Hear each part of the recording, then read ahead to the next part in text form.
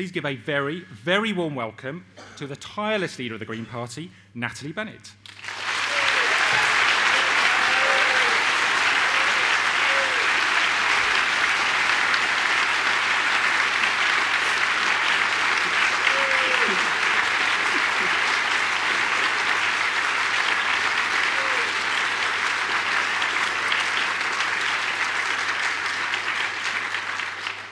Thank you, Conference, and thank you, West Midlands. It's great to be here in the centre of the region where the Green Party representation is growing fastest. And a special welcome to our newest West Midlands councillor, who took away Tory control from Herefordshire County Council just a few weeks ago. Well done, Councillor Jenny Bartlett.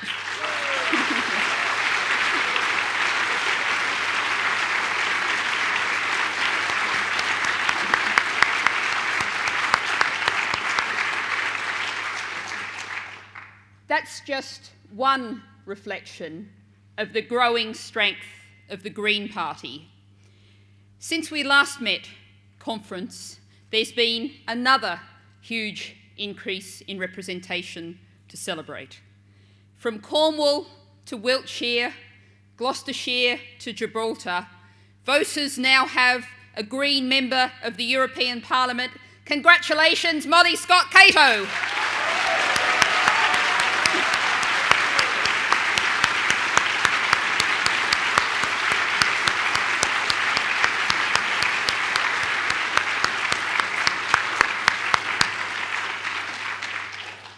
And I have to say to you, Conference, and to all Green Party members, thank you for re-electing me as your leader for a second term unopposed. Thank you for your trust. Across the country, we're polling at record levels. The latest poll of polls by The Independent put us on 6.6%, far above where we've ever been before in general election polling. We've now got 162 principal authority councillors on 57 councils, and Green Party membership has grown 28% since the start of the year. Membership of the Young Greens is up 70%, 7-0 this year.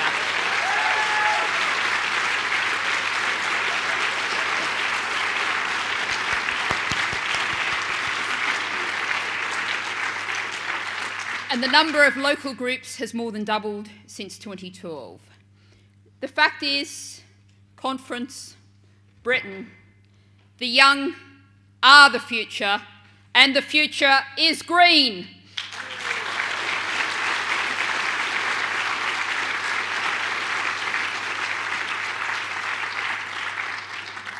These achievements are in part a reflection of our growing numbers, growing strength, and growing professionalism. But it's also down to a lot of hard work, the kind of hard work that Chris was talking about here in the West Midlands, the work of members here in the hall today and those at work all over the country.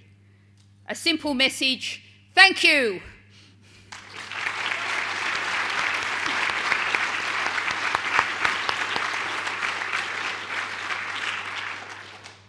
But mostly, actually, the growth in Green Party support and representation is because more and more people are seeking out, hunting for what the Green Party has to offer: a route towards an economy, a society that works for the common good within the environmental limits of our planet. Because we believe that everyone should be able to put fresh, healthy food on their table, we won't rest until the last food bank closes because of lack of demand. We believe that everyone deserves a warm, comfortable, low-energy home. No one should shiver in winter because they fear the gas bill. The Green Party believes that our railways should be run for the good of passengers, not shareholders, that they should be owned by the public, not private companies.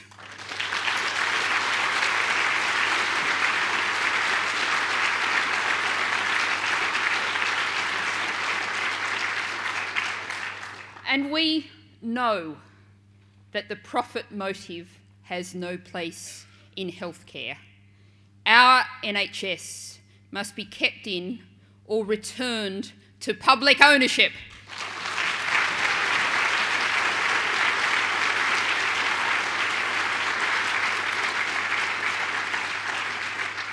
And we believe that our schools should be democratically run by their communities, for their communities, and that our children should be educated for healthy, productive, fulfilling lives, not pushed as identikit units through an exam machine. We believe that our houses should not be treated simply as financial assets, the subject of speculation and sell-off, but homes, stable, affordable centres of our lives that meet our needs. We believe that money, resources, people can't be allowed or indeed forced to be focused on London. We need strong regional development that builds sustainable economies from Carlisle to Camborne, Newcastle to Neath. We believe that our natural environment should be, must be, managed to preserve and enhance it, with decisions based on scientific evidence and understanding that once an ecosystem is damaged or destroyed, it's lost for good. We believe that we should not be inhumanely and pointlessly slaughtering badgers.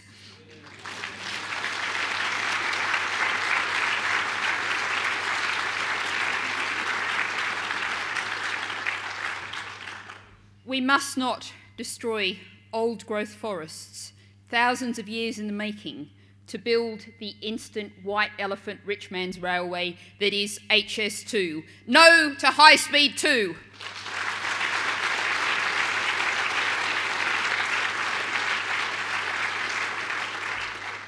And we must not allow our seas to be plundered while the government ignores its promise to create marine reserves. And a special message for David Cameron. You must be in New York for the climate talks called by the UN Secretary General. You must be there.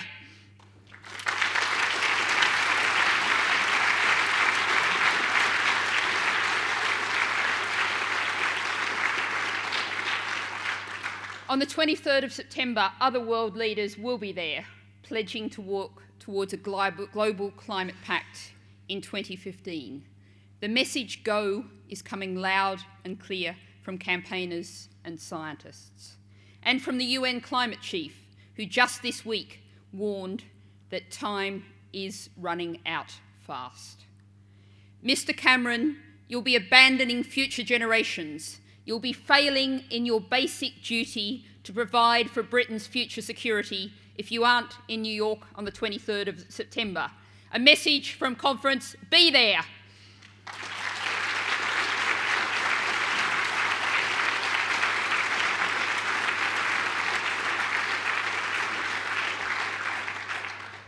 Now, we all know that a global deal on greenhouse gas emissions is essential for all of our futures, but there's so much more that we need to change to create a society that works for the common good, not just for the few. The Green Party has a vision of a new Britain, a Britain in which fear is replaced with a real hope for the future, in which we can be confident our children and our grandchildren will have a secure, decent life, have jobs they can build their lives on, have a social safety net in case they need it, and a natural world they can enjoy and rely on.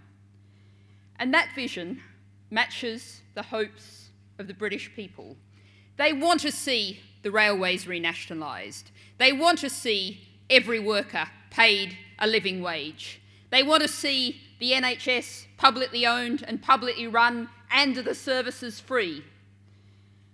And to respond to that, and reflecting our growing strength, our presence around the country, I'm pleased to make an announcement today. In next year's general election, we will field a record number of candidates. One of the most common questions I get asked on Twitter, and I get asked lots of questions on Twitter, one of the most common ones is, I want to vote Green, will I get the chance? Increasingly, I'm able to say yes, because I can announce today that the Green Party will be standing in at least 75% of general election seats.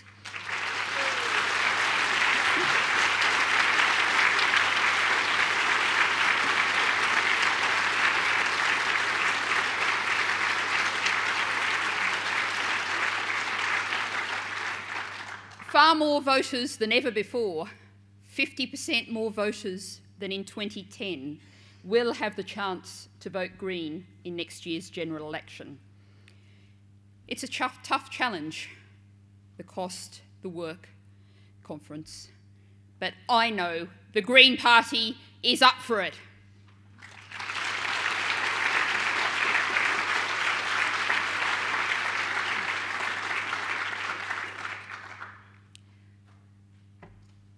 For the 2015 general election will be unlike any before. We're now a parliamentary party after Brighton Pavilion elected Caroline Lucas in 2010. I'm confident that it will re-elect her in 2015 and that Norwich South can send Leslie Graham to join her, while Bristol West can add to the West Country's tally of Green parliamentarians with Darren Hall. We can become strong challengers and make breakthroughs in Liverpool Riverside, in Oxford East, just up the road in Solihull, in St Ives, in Sheffield, in York, and in my own home territory of Camden in London.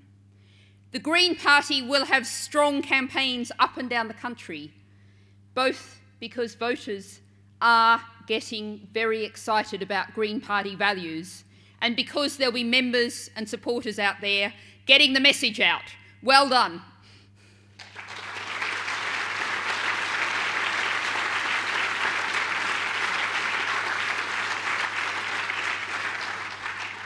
And in those constituencies and many more, many voters will vote Green because they've seen us in action in Westminster. Jenny Jones is doing a great job representing us in the House of Lords. She's asking tough questions, holding the government to account, presenting alternative views. She's a woman to be feared for all the right reasons.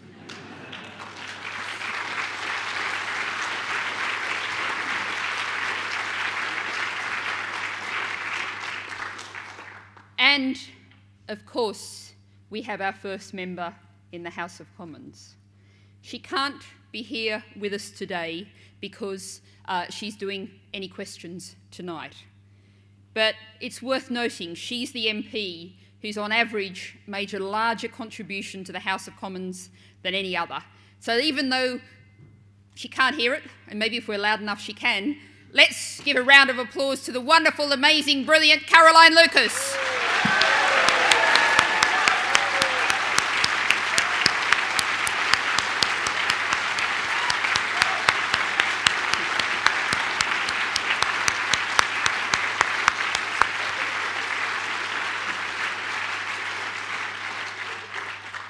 When we last gathered conference, you'll probably remember that Caroline was facing trial on charges arising from a protest against fracking at Borkum.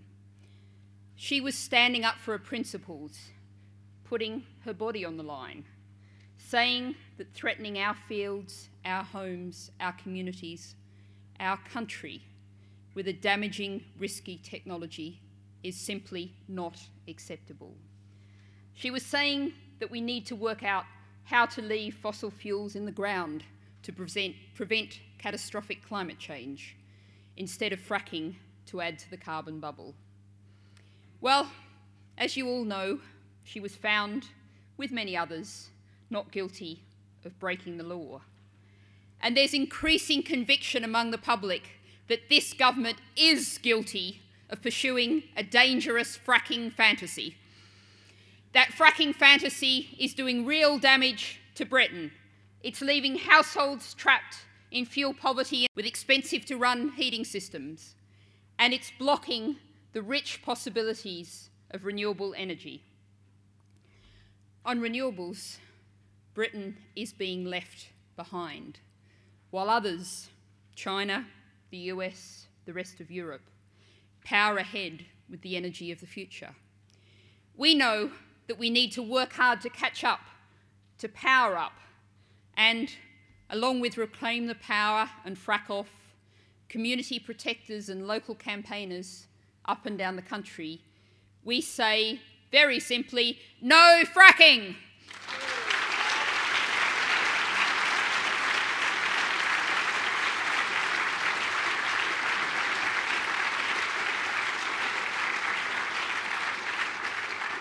And on that issue, as on so many others, voters are desperate for alternatives to the three business-as-usual parties. Voters increasingly understand that our current economic model is broken, that our economy and society are failing to meet our needs. All of this while our way of life consumes the resources of 3 planets. And the political elite, it doesn't represent them. A telling figure, 1.5% of the UK population are millionaires. 1.5% are millionaires. In the cabinet, the figure is 79%. Our Green Party values are the people's values: fairness, inclusivity, honesty, integrity, community.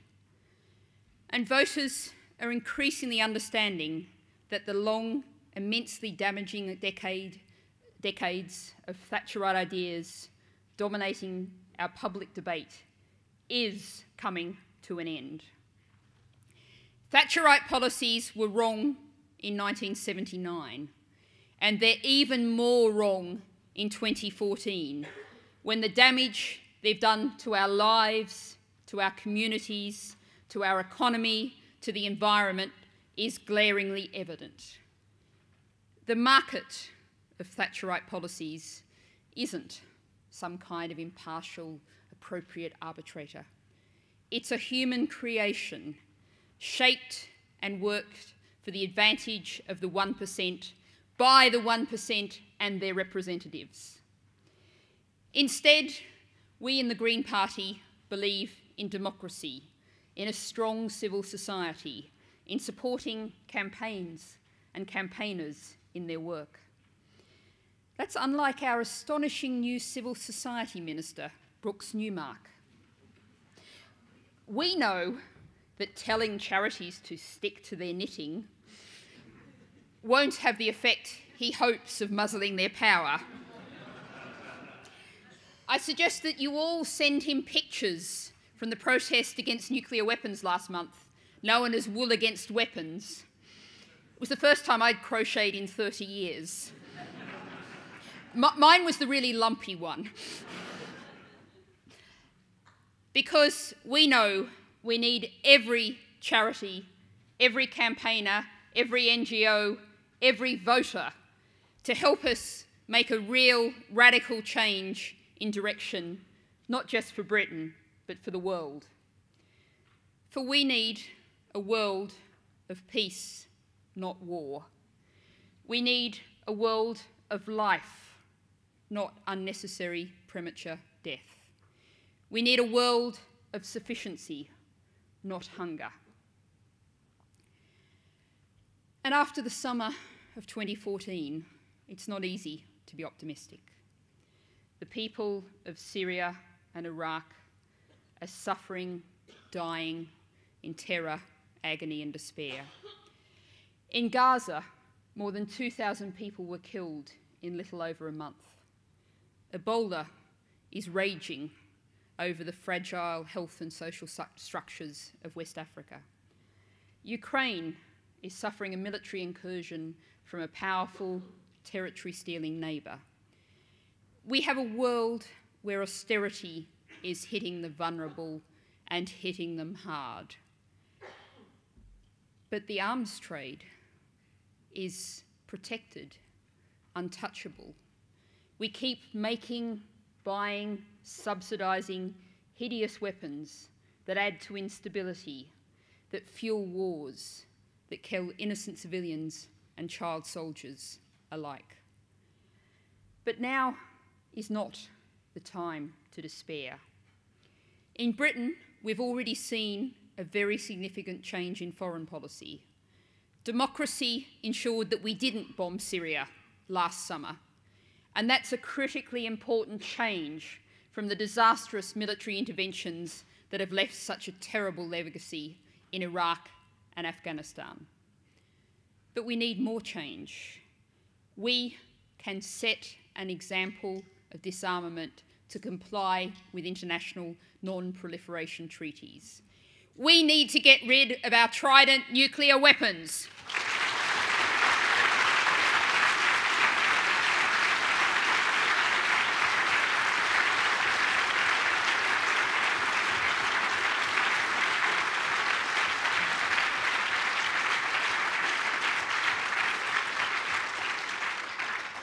But there's more, because we also need to stop selling arms and providing military support to hideous human rights abusing regimes.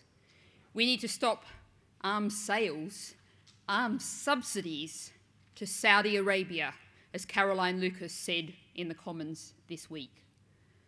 More, if we want to make the world a less dangerous place, and that's something it certainly needs to be, we need to simply stop selling weapons.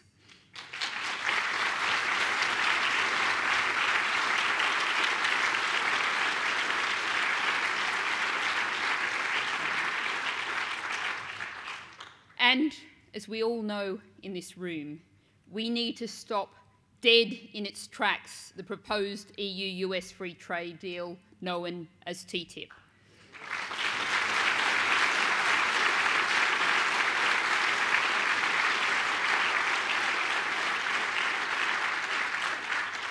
This deal threatens to throw away hard-won standards in food safety, environmental protection and workers' rights.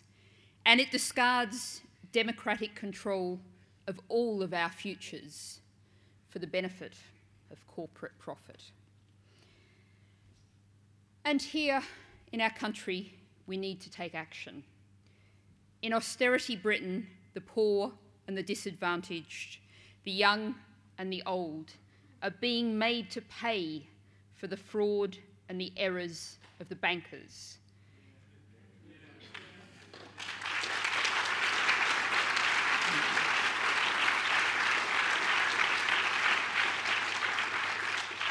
And small businesses are being trampled by the bullying, parasitical giant firms that don't pay their fair share in taxes or wages or for the goods they sell. The coalition has governed for those who think prestige and personal wealth are more important than fairness and a decent life for everyone. The government has allowed giant, tax-dodging, low-paying, exploitative multinational companies to act at the direct expense of individual workers and communities. The story of this government, as of the last government, is one of failure. The government has failed to live up to its promise to reshape our economy.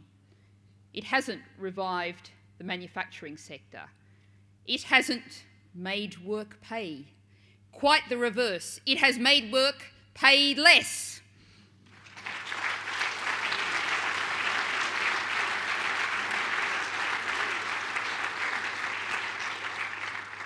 And it hasn't created the jobs that everyone, but particularly the young, can build their life on.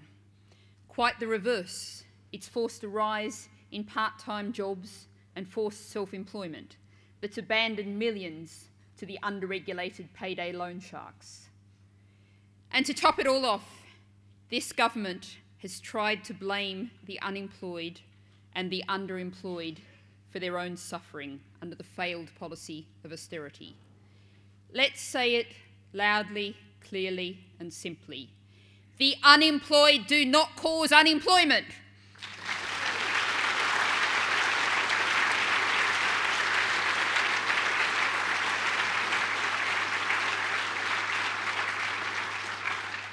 And this government has failed to reform our fraud-ridden, reckless financial sector. The finance sector doesn't meet the needs of the real economy, particularly those small businesses that should be at the foundation of strong local economies. What it does instead is to suck up human resources, speculate, and risk all of our financial security. This must not and it cannot continue.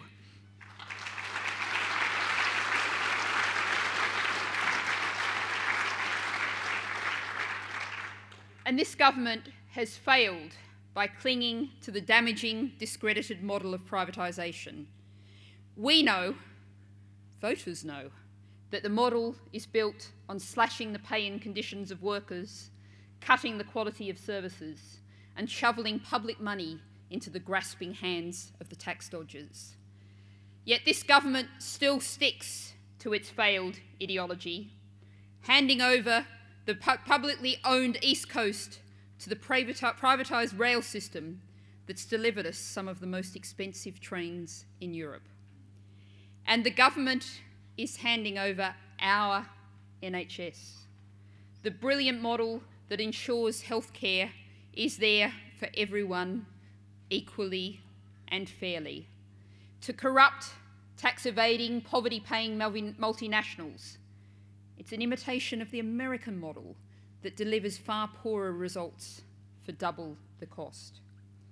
We say, let's put it clearly, the profit motive has no place in healthcare.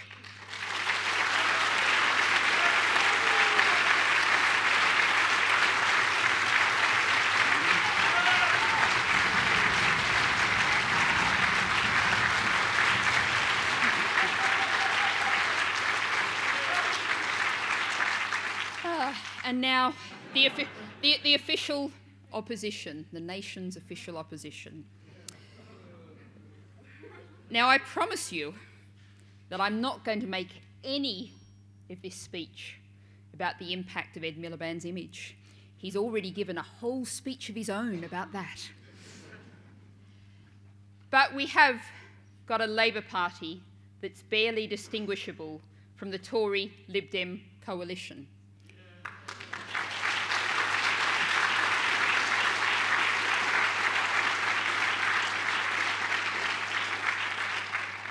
Occasionally, the rhetoric might sound a little bit different, but dig down a little, and the policies, the philosophy, the failed economic model remain the same. Indeed, when it comes to the subject of immigration, we have a Labour Party that's barely distinguishable in the way it talks from the dangerous, damaging, divisive rhetoric of UKIP.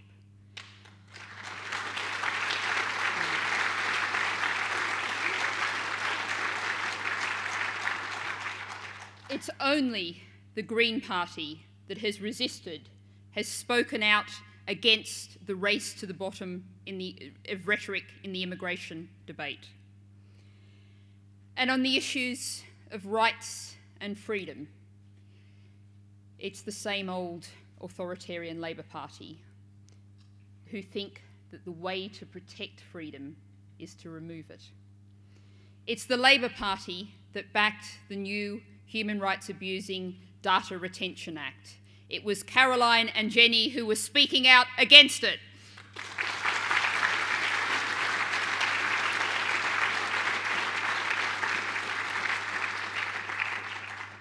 For Britain still has a Blairite Labour Party, a neo-Thatcherite party driven by focus group and opinion poll, terrified of the right-wing media tycoons.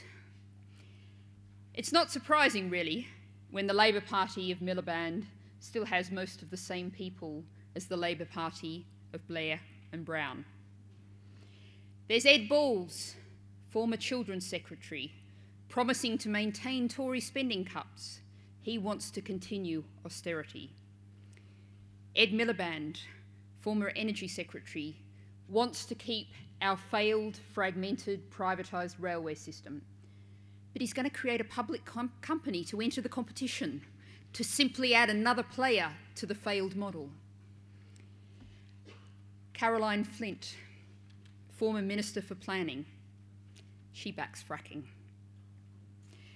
And there's Rachel Reeves. She's just a former Bank of England economist. But she's promising that Labor will be tougher on welfare than the Tories. Now, I know that quite a lot of you in this room have made the switch from Labor. Just as many of you have also joined us from the Lib Dems. And I know that more and more voters are moving the same way. And I understand why you were where you were. You heard Labor and the Lib Dems promote attractive policies and ideas. You trusted their word and you were let down. You found they didn't have the courage of their convictions. They wouldn't stand up for fairness, equality. They wouldn't face the facts, but they'd bow to political expediency, would tremble before the pressure of populism and smear, and give way to the temptation of ministerial cars. They let you down, so you chose the Green Party. You made what's not always the easy choice, but the right choice. Because the Green Party has a 40-year history of democracy, of honesty, of telling it like it is, whether it's immediately popular or not. We blaze the way where others eventually follow, whether it's the living wage, where our London Assembly members ensured the creation of the London Living Wage Unit, or 20 mile per hour speed limits, a topic of campaigning for carties up and down the country. It's now so mainstream, it's been adopted by the City of London. Our prescient founders 40 years ago understood the pressing nature of environmental threats, the damage already done and threatened to our planet's air, water and soils. They set out the policies for ecological modernisation that are now standards around the world. We're the party of real change, the party with plans and policies for how to transform our economy within the environmental limits of this planet. We also have some great ringtones. These are policies that will work for the majority, the 99%. Policies that ensure that rich individuals and multinational companies pay their way. Policies that ensure that workers are fairly rewarded for their labours. Policies that protect the vulnerable, help the young, and ensure that everyone can live without fear.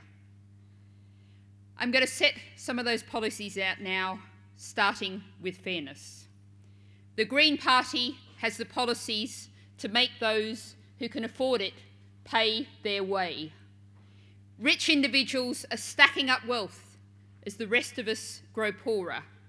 Their accumulation is making all of us worse off, individually and collectively. That's not economically sustainable, not humanly sustainable. That's why the Green Party will be including in its election manifesto an annual charge of between 1% and 2% to be levied on wealth over £3 million. A wealth tax.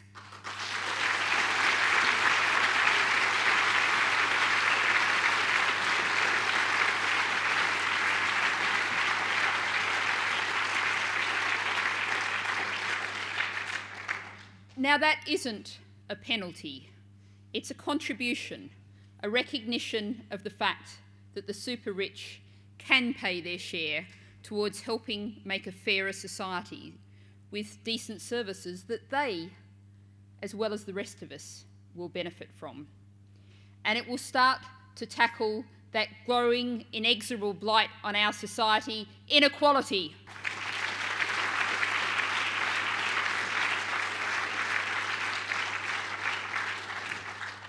Now, a second point on fairness.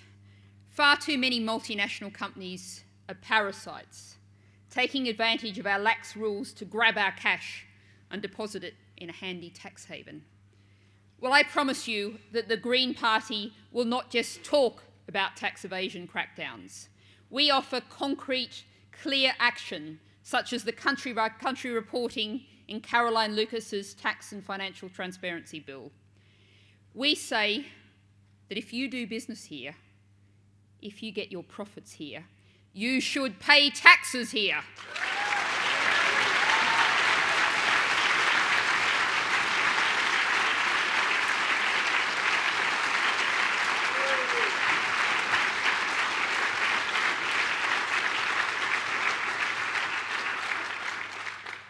And we back a levy on the big chain stores that have been cutting the heart out of so many cities, towns and villages, destroying small retail businesses and their suppliers, hollowing out former centres of community life, building only traffic jams. The Green Party strongly backed the call from local councils to use the Sustainable Communities Act to force supermarkets and big stores to pay for just a little of the damage they've done. The damage to jobs and communities, the vast waste of our resources, and the damage they've done by treating food like a commodity. Just think horse meat, which millions ate whether they wanted to or not. We want to rebalance our villages, our towns and our cities back towards job-creating, community-enriching small businesses and cooperatives. That is the way of the future.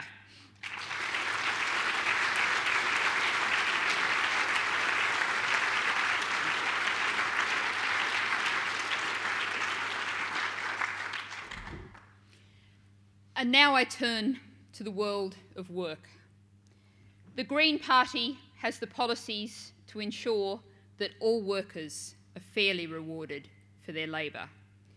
We need jobs that individuals can build their life around, jobs that will pay the rent, pay the food bill, jobs that will let people think about settling down, starting a family perhaps, with a reasonable sense of security and hope. We're long-term champions of the living wage, but we say today that we need to go further to deliver the dignity, security and a fair reward for workers' labour. That's why today we're calling for a £10 per hour minimum wage for every worker by 2020.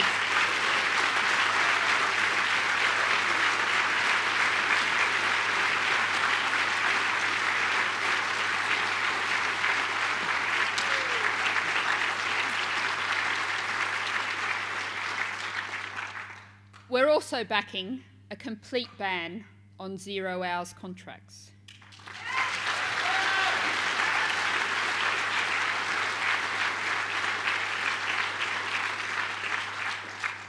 No employer should be able to hold their staff captive in a life of uncertainty and fear, subject to the whims and the favouritism of managers, with no way of planning how to pay their bills. The 0 hours contract is a return to the Great Depression's street corner queues for work, and we say no more.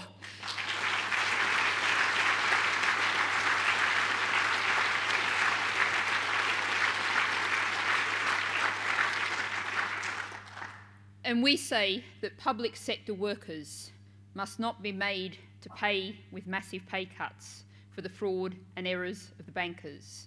The continued austerity that's hitting our dinner ladies, our teachers, our nurses and our firefighters. Money collected from making rich individuals and big businesses pay their way can fund the decent, essential public services that we all need. We need to restore them.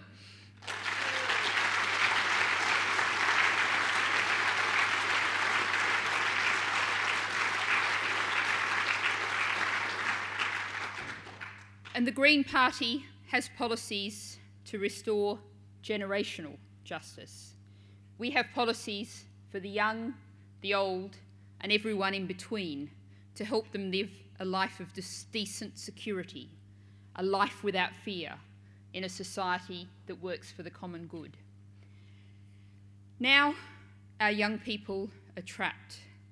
We want to set them free. As a society, a country, we have to ensure that the young will not go through decades of life worn down by the weight of student debt. Education is a public good, whether it's an NVQ or a PhD.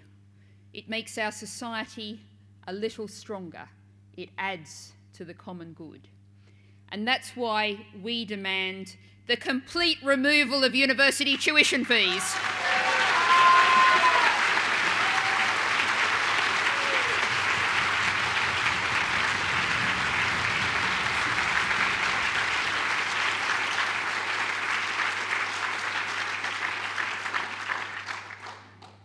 And will ensure that private landlords are not allowed to continue to charge extortionate rents for rabbit hutches.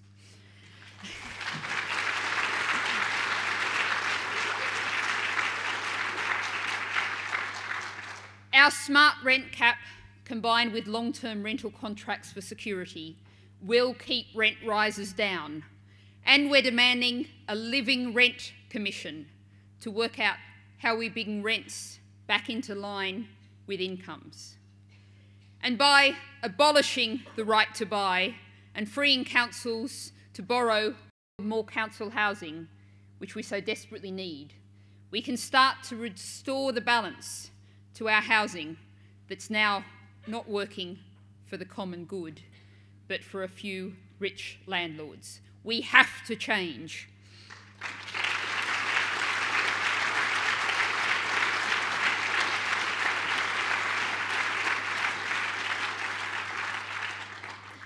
And we want to ensure that the disabled and the ill don't have to live in fear of the withdrawal of essential support.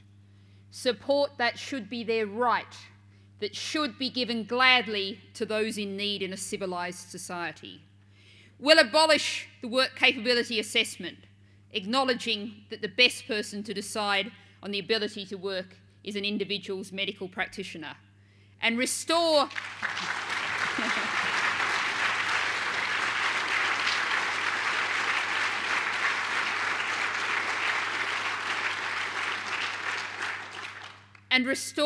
the level of the former disability living allowance to what is needed, not what the government decides it wants to cut it to.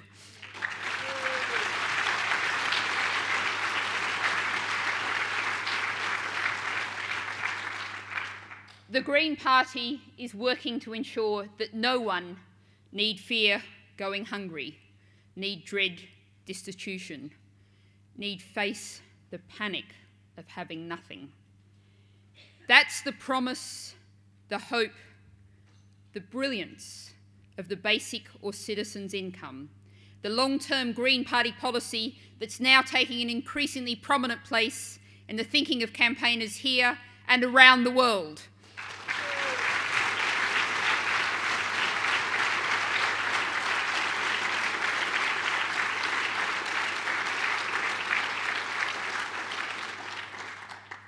And the Green Parties, most fundamentally of all, we have the policies that recognise that our economy is a subset of our natural environment. There are no jobs on a dead planet.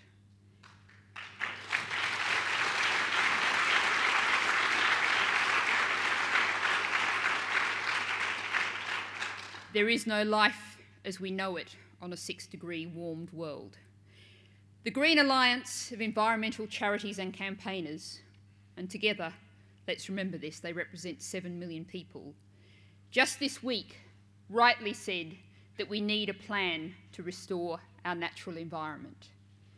It's being depleted by the hour, the green belt concreted over, the soil and water poisoned with noxious chemicals, our seas sterilised by disastrous fishing methods. We need action. We need to rein in the agrochemical companies, the factory farmers, and the developers. Greens have been leading in the struggle to ban chemicals being broadcast into our environment without understanding of the consequences, not just for our bees, but for many other species. We're leading in the struggle to protect the green belt. And we're encouraging the small-scale, local agriculture that we need to provide food security and jobs and business opportunities in our future, not the disastrous, damaging industrial agriculture that's producing green deserts across our land, killing off our farmland birds, our hedgehogs, and our soils. And we need an energy policy, not the disastrous mismatch that this government has delivered. We need to commit now to a zero-carbon electricity future.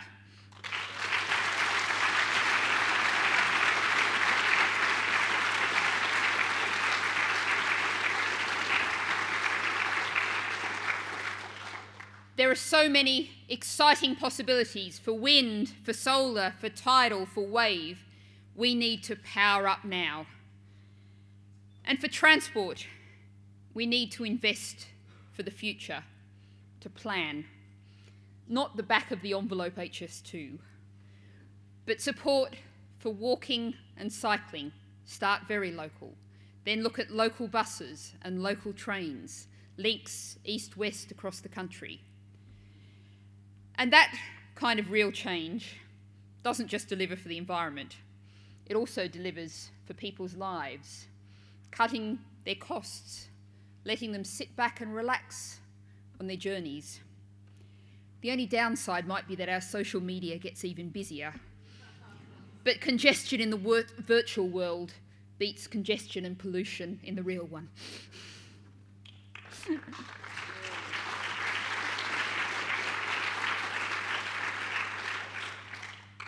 Now, I just want to make one final reflection conference on the work that lies ahead of us before we get back to the important democratic deliberations that you're about to go into. Since 2010, the foundations of the Green Party have become a lot stronger. Our support is growing fast. And the political landscape has changed. It's changed enormously. We can make 2015 the year the Green Party cements itself as a core bloc, as a central element in British political life.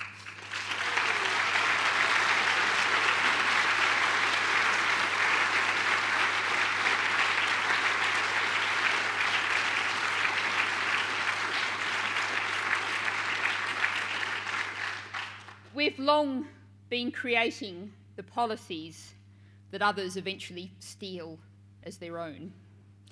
We've long been the trailblazers who encourage the braver members of other parties to push their leadership towards action. We've long been the people who asked the tough questions, who pointed out the social, economic, and environmental flaws in policies. But increasingly, we're being, and we're determined to be, elected, to be put in the position to put our policies for real change into action.